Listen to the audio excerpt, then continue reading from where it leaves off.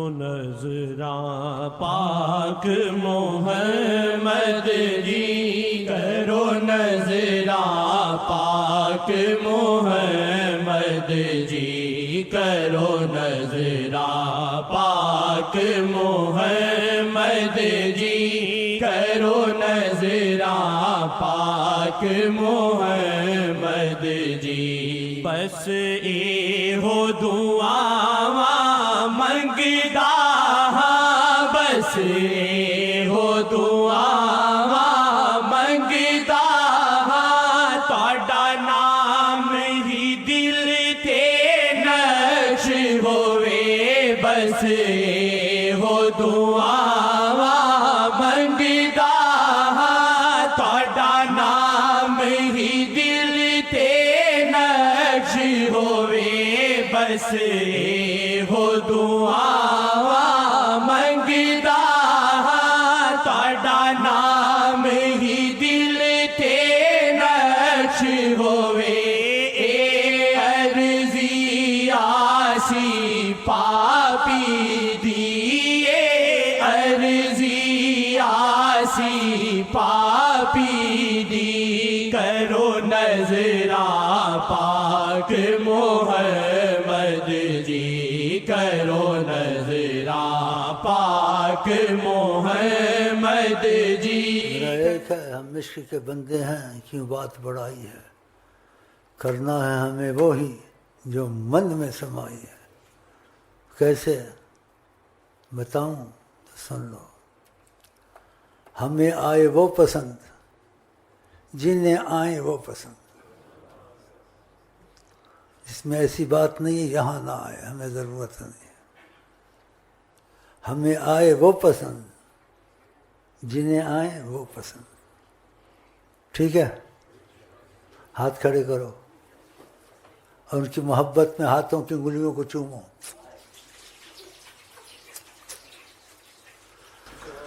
نظراں پاک محمد جی کرو نظراں پاک محمد جی کرو نظراں پاک محمد جی کرو نظراں پاک محمد جی مینوں کیتا قید گناہ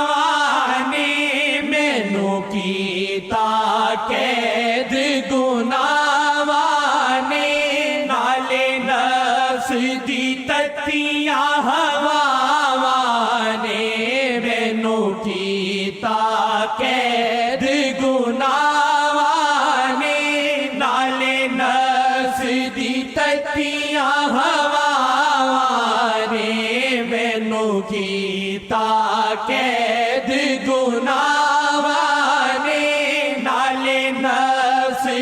تتیاں ہوا نے نہیں چھڈ دے اسیاں جان میری نہیں چھڈ دے اسیاں جان میری نہیں چھڈ دے اسیاں جان میری کرو نظراں پاک محمد جی کرو نظراں پاک محمد جی کرو نظراں پاک محمد جی کرو نظراں پاک محمد جی کرو نظراں پاک محمد جی تسی ترس کرو ایک نظر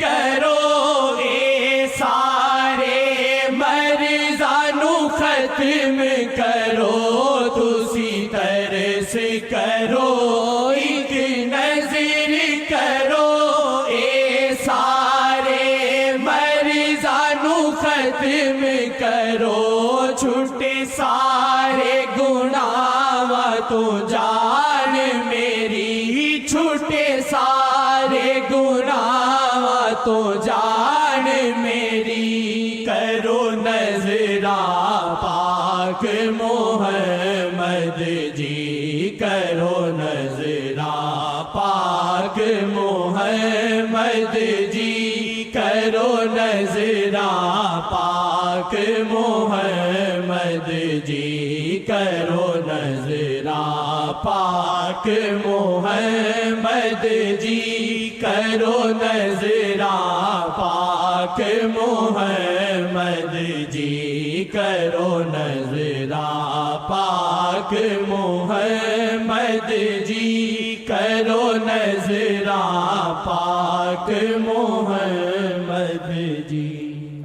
میں نے 2 کتابیں مختصر کی ہیں شاعری کے متعلق. ایک مختصر ہے اور دوسری کچھ مفصل ہے. اس میں قرآن حدیث کے ٹھوس حوالے ہیں بغیر اختلاف کے. اور نبی سے محبت کرنے والوں کو کہتا ہوں، سب کو نہیں کہتا ہوں، کیونکہ شاعری نے دنیا کو بہت خراب کیا ہے اور کر بھی رہی ہے. لیکن ہم نبی کا ساتھ نہیں چھوڑیں گے انشاءاللہ. صلی اللہ علیہ وسلم، صلی اللہ علیہ وسلم، صلی اللہ علیہ وسلم. جو محبت والے ہیں یہ کتابیں آپ کو یہاں مل جائیں گی، مختصر ہیں اور تفصیل سے بھی ہیں. تو محبت والوں کو چاہیے دنیا کے کونے کونے میں آقا کی محبت کے تقاضے سے پہنچا دیں. جن کو تو ملے گی تو ان شاعروں کو تھوکے گی بھی نہیں. جیسے اقبال جیسا آدمی پتہ نہیں کافر ہے یا مسلمان ہے، اس کے بڑی تعریف کرتے ہیں منحوس کی. اور دوسرا وہ تمہارا غالب جو خدا کو گالیاں دیتا ہے، اس کی بڑی مصیبت آئی ہوئی ہے. اس کی تو پڑی ہوئی ہے اقبال کی. اس کا حال دکھا دیا، اس کا حال ہے. کبھی ہم کچھ چاہتے ہیں تو کرم کے تقاضے سے کہتے ہیں ان کا حال دکھا دوں. اور کسی چیز کو سوچتا ہوں ان کے کرم کے تقاضے ہیں، ان کی مہربانیاں ہیں. تو فرمایا جس کا بھی کاغذ کا کھاتا ہم تم کو بتا دیں گے. اور تم ان کے گیت گاتے ہو، ان کے پیچھے پھرتے ہو.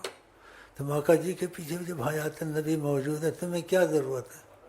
کوئی بڑے سے بھی بڑا ہو، کچھ بھی ہو، لیڈروں کی کیا حیثیت؟ قائد اعظم پتہ نہیں کون سے جہنم میں جل رہا ہے اور تم اس کو بنایا ہوا قائد اعظم. اس نے بھی خیانت کی. آقا جی نے بتایا تقسیم میں بھی خیانت کی. اور جو باتیں بتائیں اس کی گنجائش نہیں بتانے کی. بتا دوں تو تم حیران ہو جاؤ گے. آقا جی نے کہا جس کو استطاعت ہو حج نہ کرے، یہودی مرے نصرانی مرے، خدا کو اس کی اسلام کی ضرورت نہیں. اس نے حج کیا، منحوس قائد اعظم نے حج کیا. کہا یہودی مرے نصرانی مرے، خدا کو اس اسلام کی ضرورت نہیں. پوچھ لو المسیح حدیث، پتہ نہیں کدھر پڑا ہے. بڑھا دیا اس کو. اس نے حصہ لیا ہے قوم کے ساتھ. باقی قوم جتنا مری ہے بیچاری، خدا نے ان کو نواز دے گا انشاءاللہ. کیونکہ آقا جی نے کہا یہ ملک پاکستان اللہ کی اور محمد کی دین ہے، قائد اعظم کے باپ کی نہیں تھی جو ساری عمر کافروں کے ساتھ پلا ہے. پتہ نماز بھی آتی تھی کہ نہیں آتی تھی اس کو. تو اندھوں کی طرح مت چلو، جدھر نعرہ مارا، جدھر ووٹ دیا، اب سب ووٹ چھوڑ دو، سارے نعرے چھوڑ دو.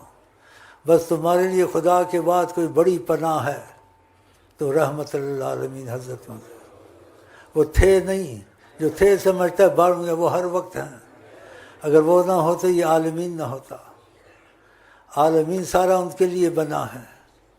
اس کا ظاہری بھی ثبوت ہے قرآن کے علاوہ بھی. اگر درخت کو بلاتے تھے درخت آ جاتا تھا. کہیں سے گزرتے پتھروں سے آواز نکلتی تھی السلام علیکم یا رسول اللہ. ابو جہل آئے کہ میرے ہاتھ میں کیا ہے؟ آتبہ میں بتاؤں یا تمہارے ہاتھ میں بتا دے میں کون ہوں؟ اللہ. کنکریوں نے کلمہ پڑھنا شروع کر دیا. ماشاء اللہ تبارک اللہ. چشم بدو جہاں میں مثال محمد. کسی نے سوچ سے کہا کہ وہ کیسا بدبخت انسان ہے جس کو محمد کی نبوت پہ یقین آیا. ایسی باتیں، ایسی معجزے. ہاں جی کیا میں کہہ سکتا ہوں. اب تم دنیا آخرت کی کوئی بھی چاہتے ہو، مشکل آسان ہو تو آپ ان کے بن جائیں. دل میں نیت پکی کر لیں، مجھے نہ لکھیں. ان کو سب پتہ ہوتا ہے کہ میں آج سے غلام محمد ہوں اور ایک دم تو انسان ٹھیک نہیں ہوتا، بیماریاں چھوٹی بھی ایک دم ٹھیک نہیں ہوتی. تو جو آقا جی چاہیں گے میں ان کی مرضی پہ زندگی گزاروں گا. میری مرضی ختم ہو گئی، نیت کر لیں، پھر آہستہ آہستہ نمازیں قضا ہوتی ہیں، نمازوں میں مضبوطی کریں، کیونکہ یہ فرضی چیز ہے. جو نماز نہیں پڑھے گا آقا جی کہتے ہیں اس کی قبر میں خدا سانپ رکھے گا، قیامت تک اس کو ڈستا رہے گا. اور آقا جی کی داڑھی سنت ہے، حکمن سنت ہے. داڑھی رکھنے سے ایک دم تو دل ٹھیک نہیں ہو جائے گا، لیکن ان کا حکم کا احترام فرض ہے. کہ قص شوار واف اللہ، تو مونچھوں کو کاٹو، مونڈو نہیں کہا تو کبھی نہ مونڈے، کاٹیں تھوڑی رکھیں، کاٹنے کا لفظ کہا ہے. واف اللہ، داڑھی کو بڑھاؤ، یہ نہیں کہا 1 انچ 2 انچ یا ادھر تک، جتنی تمہاری مرضی. لیکن حکم پورا کرنے کے لیے، ان کی عظمت کا خیال کرنے کے لیے کہ آپ ان کی عظمت کا خیال کرتے ہیں، یہ ثبوت ہونا چاہیے. 1 انچ 1.5 انچ رکھ لو، 1 انچ رکھ لو. جب دل ٹھیک ہوگا پھر سب کچھ کر لو گے خود ہی. دل ایک دم ٹھیک تو نہیں ہوتا. اسی قریب واقعات میں آقا جی نے فرمایا کہ شناختی کارڈ کاٹ دیں، حکومت قبول کرے گی ان کو؟ کیسی مثال دی؟ کہا میری سنت کاٹتے میں قبول نہ کر تو خدا قبول کرے گا؟ تو کچھ نہ کچھ رکھیں، دل ٹھیک ہوگا تو پھر سب کچھ کر لیں گے. بہرحال نیت پکی کر لیں. آپ نے کہا نیت عمل سے زیادہ معتبر ہے، رسول اللہ نے فرمایا. آپ کی نیت تو مومن خیر من عملی ہی، تو کچھ نہ کچھ کرتے رہیں، نیت پکی رکھیں. میں بالکل ایسا ہونا چاہتا ہوں جیسے نبی کریم چاہتے ہیں. چاہے تم بدتر سے بدتر بھی ہوتے گئے نا، کوئی بات نہیں، کوئی نقصان نہیں ہوگا. تمہاری نیت کی وجہ سے آقا جی تم کو پار لگا دیں گے. ہاں، کہ نیت کا سچا تھا، ہوتا نہیں تھا، نیت خراب نہیں تھی. بس نیت خراب نہ کرو. میں بھی ٹھیک کرتا ہوں، تم بھی ٹھیک کرو. اور میں کروڑ آئی لو یو کے ساتھ آپ کو السلام علیکم ورحمۃ اللہ کہتا ہوں. اتنی میری ہمت ہے، بیٹھا تھا. پھر کبھی ملاقات ہوگی، نہیں تو وہاں تو آقا کے بعد ملاقاتیں بڑی ہوں گی انشاءاللہ.